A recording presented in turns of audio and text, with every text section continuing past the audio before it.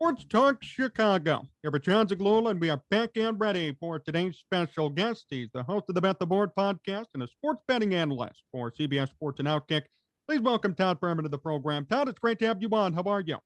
I'm doing very well, John. Thanks for inviting me back on the show. Hopefully I didn't embarrass myself in previous iterations and some of the discussions we've had. I know it's not exactly the best time of year to be a Chicago sports fan, but we'll see. As long as you guys don't boo me on this show like Blackhawks fans have done for Jeremy Colleton in the early portion of the season, we're making a step in the right direction. What was your reaction to the Bears game on Sunday?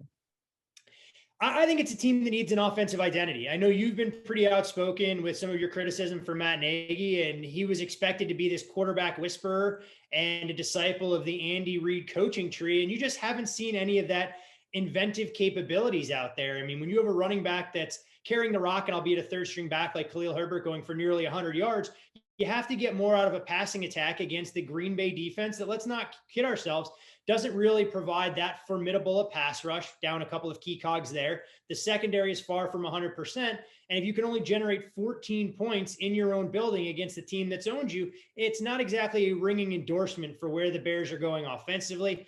I know I haven't been exactly the most popular individual for some of my criticism of Justin Fields and what my expectations were for what he could be as an NFL starting quarterback. But I'm not going to throw the baby out with the bathwater. I think you have to give a rookie quarterback time to learn the process at this level, but he's not being done any favors by this coaching staff, at least through the early going.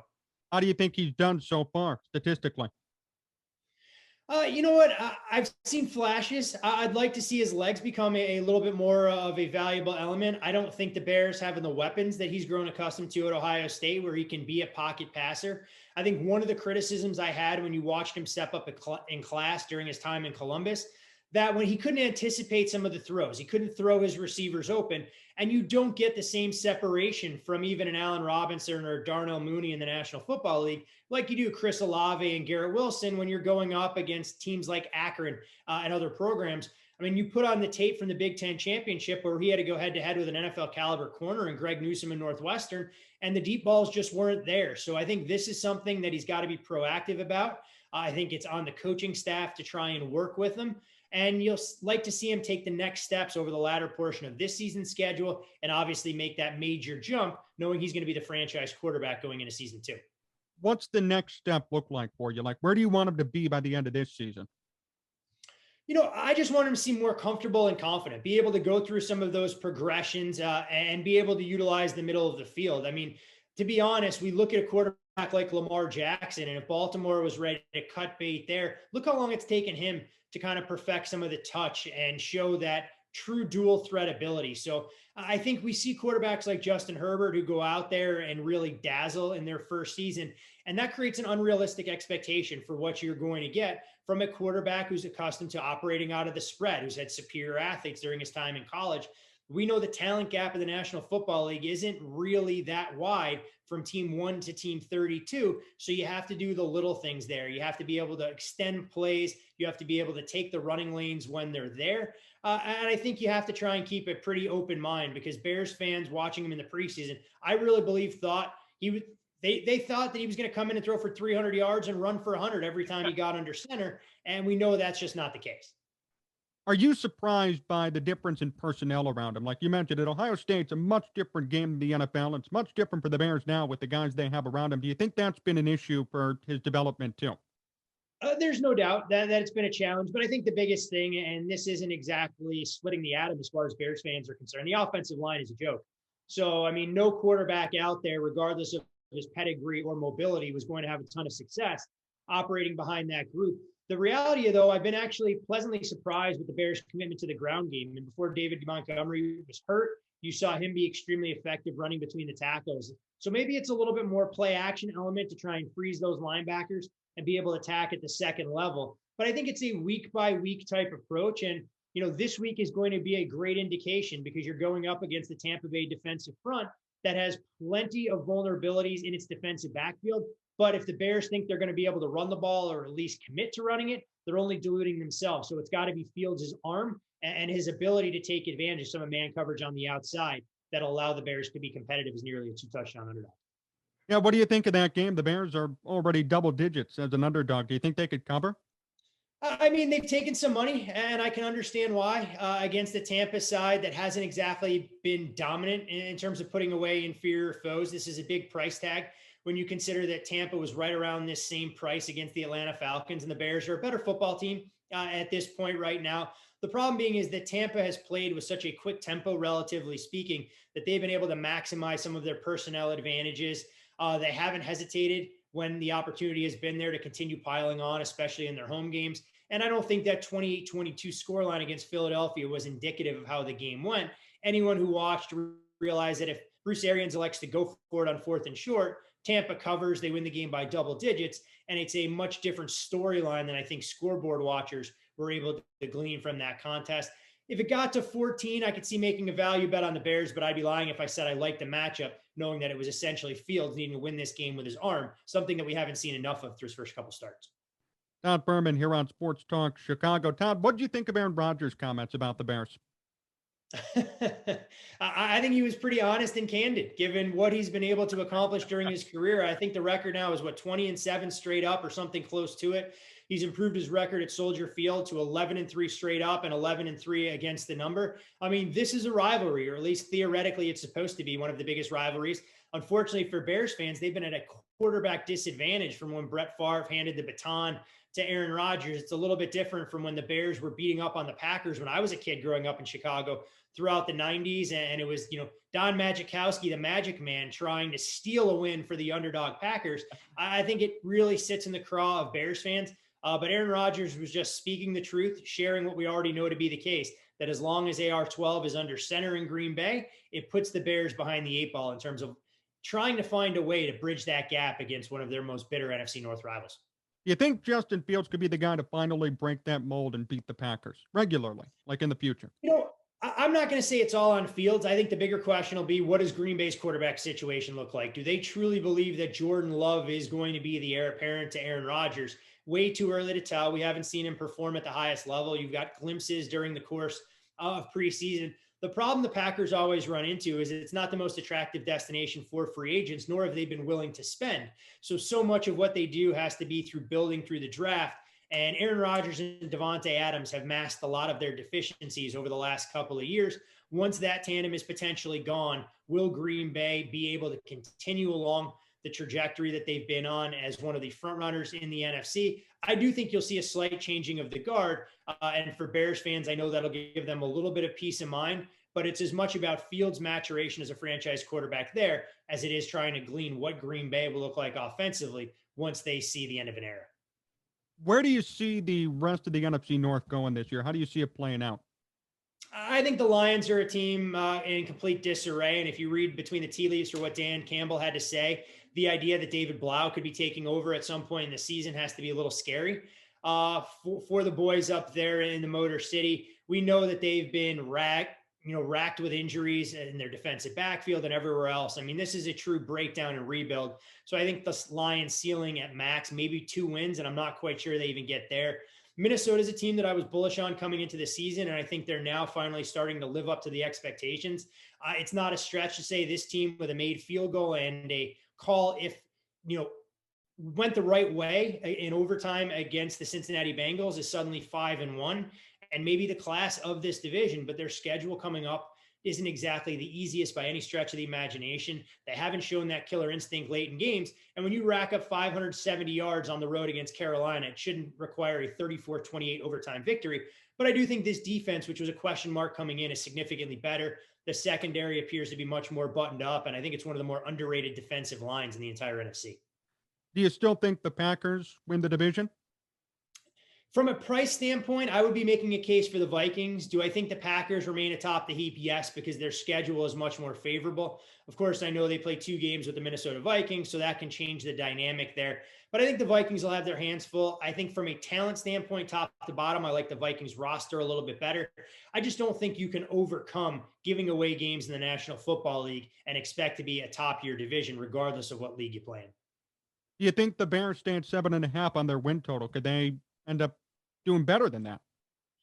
You know what? It's so tough to try and tell because I think the defense has regressed a little bit. It's not nearly as dominant as what we've seen in the past, and we need to see the offense take that next step. So for me, when I look at the Bears, I thought that was a fair win total coming in. We all expected that we would see Fields sooner rather than later. And there's always a chance that maybe that light goes off and we see that transcendent performance that goes, hey, look, this is the franchise guy that we thought we had. All of a sudden, everything's clicking. He's on the same page as the receivers, and he's able to get into a rhythm with Matt Nagy and Bill Lazor to try and figure out how you can really take the lid off of opposing defenses and allow this group to throw for more than 150 yards every single Sunday they're out there and at least put up more than 21 points to have a puncher's chance. Todd Fuhrman here on Sports Talk Chicago. Todd, when's the last time you've seen 3 late NFL games with spreads above 10? It's been a while, and I can tell you from an intrigue standpoint, there's not a whole lot to get excited about. Rams, Lions won't have me glued to the edge of my seat. Bears, Bucks probably won't either, and it definitely won't be the Cardinals and Texans. You look at those 4 trio of games, the only one that's got a spread right around a field goal is, of course, the Raiders and Eagles. I'm curious, though, to see how Arizona handles a bit of prosperity. I mean, this is the ultimate letdown spot. I mean, they should be able to go out there and play their C game against the Houston Texans side, but it's a little bit different going out there and winning a football game versus dominating your opponent as a 17.5-point favorite in this spot. So I think this is the perfect Sunday afternoon that maybe you carve out a little bit of time to see the family, which you normally can't do during the fall, because I don't think all of these games are going to be must-see TV given the high level of competitiveness, we've seen through the first 5-6 weeks as it pertains to games boiling down to last-second field goals or even going to overtime. I think there are 11 such games so far. Cliff Kingsbury won't be there, or at least as of right now. Does that affect anything regarding that line? It changes things a little bit. I have to give the Cardinals a ton of credit. They didn't appear to miss a beat on the road at Cleveland. It was as much the Browns' self-inflicted wounds, though. As we know, Baker Mayfield won't go on Thursday night dealing with the non-throwing shoulder injury. The cluster injuries that the Browns had to try and overcome apparently were way too much, and they were done in by a couple of calls. Some ticky-tack fouls early on in that game, which sealed their fate before you even got to the end of the first quarter. With a defensive-minded head coach in Vance Joseph, you have to believe that if they're up 17 to 21 points, he could take his foot off the accelerator, and suddenly Houston finds a way to sneak in the back door. That's always the risk you run in the National Football League when you're talking about numbers this large. But, of course, we saw earlier this year where Houston went on the road to Buffalo, similar point spread, and that dynamic was nowhere close as Buffalo was able to curb stomp him to the tune of about 40-0. What about Raiders Eagles? I saw Las Vegas only up by 2.5 points. Do you buy that spread? I do. I think, it's interesting to see how the Raiders are able to run it back in a wake of a very emotional performance against a divisional foe. I have to give Rick Bisaccia a ton of credit. In the face of adversity, the Raiders were the dominant team for the better part of 3 quarters. The final score not indicative of how much command they actually had in that particular football game. But Philadelphia comes in, hopefully rejuvenated, getting Lane Johnson back along their offensive line, some extra time to prepare. And Jalen Hurts can be a little bit of a matchup problem for a Raiders defense that's done a good job getting after the quarterback. But when you're talking about contending with an agile quarterback, one that can extend plays and even take off and become a legitimate running threat, my strong lean is towards Philadelphia as a 3-point road underdog in this particular spot, just because I want to see how the Raiders are able to handle prosperity. Keep in mind, they're only a week removed from being dominated by the Bears, only mustering 9 points in that pathetic effort. What's a dark horse bet you're looking at for this weekend? When you go through, a game I'm fascinated to watch would be Kansas City and Tennessee. Let's see if Kansas City's defense that showed very well against Washington in the second half was a sign of things to come. There's no doubt that Kansas City would love to show, hey, look, Buffalo dominated us in our building. The Titans took care of them in theirs. We're going to go on the road and prove that you shouldn't forget about us, especially knowing that the Chargers dropped the game going into their bye week. So I'm not sure there's a ton of betting value to be gleaned from that particular spot, but no doubt that's a game worth watching. When you're looking to try and find a little bit of value, I think this Bengals-Ravens game actually makes a whole lot of sense to go under the total, essentially in the first half. These are 2 teams that don't play all that quickly. The Bengals have been a pleasant surprise on the defensive side. And when you look at their ability to stop the run, I think it'll make Baltimore a little bit more of a passing attack. And when you're talking about Baltimore, I think their defense, especially with how they like to heat up opposing quarterbacks, will have some success against a Bengals offensive line that really shouldn't leave anybody brimming with confidence, at least Joe Burrow at this current juncture. Do you have a best long shot bet or something that's a bit out there that you think could provide some good value this weekend too? You know what? Not a ton. And normally I would try and advocate for at least making a case for some of these double-digit dogs. I don't think there's a real reason to run to the window and try and play what I call hero ball at this particular time. there are clear mismatches, and I don't think you're going to get one of these teams really laying down. Now, of course, when I say that, inevitably we get a game like we saw last year where the Jets knock off the Rams, where the Rams were more than a 2-touchdown favorite. So, I mean, as you kind of go through the NFL board and look for a live underdog, man, maybe you believe Washington turns the corner and from their defensive line can step up. But I think Green Bay getting healthier in the trenches probably neutralizes some of that threat. But if I was looking for one of those dogs of a touchdown or more, I think Washington would probably fit the bill, even though Green Bay has been extremely dominant from an against the spread standpoint and overall competency perspective when you're talking about them playing at Lambeau. Todd Fuhrman, still here on Sports Talk Chicago. Todd, a few more questions before we finish up. First off, bet the board. Tell me about the expansion. Yeah, I mean, we've gone from a podcast that started off years ago, just being, one show a week on Thursdays for the National Football League, into 2 shows on Mondays and Thursdays. A couple of years ago, we added a college football podcast on Wednesdays and felt this year it was time to kind of go one step further and put our ugly mugs on camera with the Bet the Board pregame show that's available every Friday afternoon at noon Eastern. Encourage folks to go to youtube.com, search Bet the Board, subscribe. That way you'll be alerted as soon as those shows come up. And the great part about that is it's given us the opportunity to bring in 3 of the most respected voices in the space as weekly contributors. Warren Sharp, there's nobody who dissects some of the advanced analytics in the National Football League better than Warren does. From a college football standpoint, Brad Powers, well known around Las Vegas and elsewhere for betting into opening numbers, especially at some of the casinos that are first to hang them. And, it's not an uncommon occurrence for him to walk away with 40 to 45 bets by the time, Sunday noon Pacific rolls around. So Brad has been sharing some of his upgrades and downgrades each week. And of course, Bill Krackenberger, the Crack Man, I mean, probably the most respected voice in the sports betting space. His moves are feared in sports books all over, and he's connected to some of the biggest betting groups out there. A lot of people were first introduced to Bill and what he brings to the table during the Showtime documentary Action. He puts out all sorts of great content. And for all of those guys to come on board, even in a limited capacity, with 90-second to 2-minute cameos each every week, it just gives us another layer that most of the sports betting content platforms out there, whether they be radio show, digital, or even written, can't match as far as expertise is concerned. What's the plan for it moving forward? Do you expect more expansion coming up? It's a great question and one that we kind of grapple with all the time. We're obviously a very football-centric platform, but it's trying to figure out, where we can find other avenues to go into. The biggest challenge in the gambling space is identifying like-minded individuals that share our perspective on things. As I'm sure you've seen, John, along with all of your viewers and listeners, the real challenge is a lot of folks these days are masquerading as experts in the sports betting space. And, this isn't a dig at some of the folks out there, but I can find somebody on the street that can put together a picks column and claim they have an edge on 16 NFL games just by putting down, a couple hundred words. But you have to dive a little bit deeper. And I think one of the big things, our brand isn't for everyone. It's trying to turn sports betting into a little bit more of an investment vehicle. And if we can make our listeners and viewers smarter each and every time we produce a bit of content, it means we're headed in the right direction. So whether it's the NBA, whether it's college basketball, the NHL, NASCAR, we're always looking for talented individuals that we think can raise the overall profile of our brand. Because let's not kid ourselves. There are only so many hours in the day. And by the time football comes to an end, I'm not sure I'm up for putting in 14 to 16 hours of producing an hour podcast on 17 other sports, being able to convey that level of expertise and being honest and truthful with myself, saying that I've uncovered every stone to make anyone who tunes in that much smarter with the content we provide. I'm not a sports betting expert, so you don't worry about that. That's why I have you on my show. No, I won't throw you into that particular bucket. I always tell people, I respect folks that want to be in and involved in the sports betting space, but authenticity is huge. So as long as you don't profess to know things that you actually don't, it's an all-inclusive space where we can always bring in, more voices that want to kind of shine the spotlight on sports betting overall. Tell me about OutKick too. That's a new thing that's come up. That's a pretty cool opportunity. How'd that happen?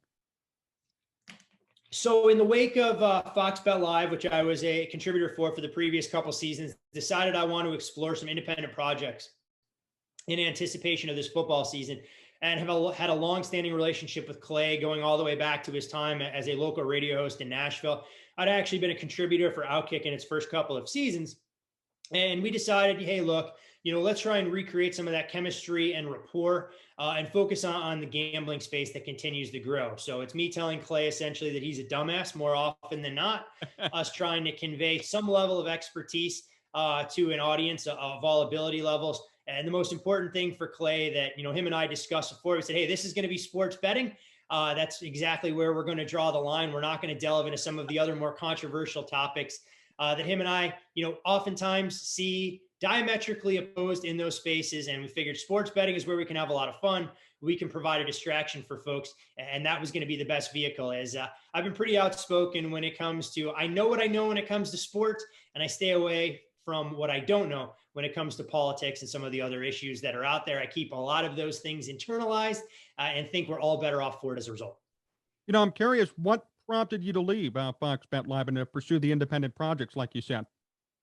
It just got to a point, John, and Fox had always been great. They were in a family to me. I'd been with the network ever since they launched FS1 back in, 2013 or 2014. They decided that they wanted to modify the format of Lock It In, then what became Fox Bet Live, and it wasn't going to be a daily program. And just thought, there's so much more in the sports betting space that I wanted to see what might be out there on top of that. Left on good terms, still have a great relationship with cousin Sal, with Alex Curry, who took over for Rachel Bonnetta as the host. Clay, of course, still on the show, and the executive team as well. And I think they understood that, hey, every now and again, you have to go out there and see, what's on that other side of the fence. And I encourage people, whether it's sports betting, whether it's sports media, much like what you've done for yourself or any of the other professions out there, that if you believe in yourself and you're willing to make that investment and basically bet on your own abilities, that hard work will be rewarded. And I never rule out a return to Fox in some capacity, one way or another. But at least for this season, it made a lot more sense to try and see what kind of avenues there were to explore and invest a lot more back into growing Bet the board into a slightly more comprehensive and expansive brand than what we've had in the past. And Todd, before we finish up today, last question: how often do you get a haircut? It depends. During football season, it can be as infrequently as every 2+ months. As you can tell, it's a little bit more cleaned up than what it was for anybody that turned into the pregame show last week. I think going in, I had the hockey lettuce flowing out the back of my hat, and I was probably the middle of August. So we're talking about 9-10 weeks. The problem, John, is the girl I go to out here that's been cutting my hair for quite some time. She's only available on Sundays and Mondays. She works a very limited schedule. And as you know, in this business during football season, it's a little bit more difficult to get out of the home office. So I saw her earlier this week. We were able to carve out some time on Monday. She gave me a hard time, told me she was going to have to bust out the weed whacker, but it reminded me of when I grew out my hockey hair back in the college days, where I think I had one haircut inside of 6 months. I had the Rick DiPietro style flow coming out the back. I'm just not sure as a contributing member of sports media now I can get away with that particular look. Thank you so much for joining me. Always a pleasure to have you on. Best wishes with Bet the Board, OutKick, CBS, and I'm sure we'll talk again very soon. Really appreciate the time. You got it, John. Thanks again for having me on, and continued success on your side of things as well. And maybe by the end of this football season, you'll be able to realize some of your ultimate goals, and you'll have a new head coach patrolling the sidelines at Soldier Field going forward in 2022 and beyond. We can only hope. We can only hope at this point.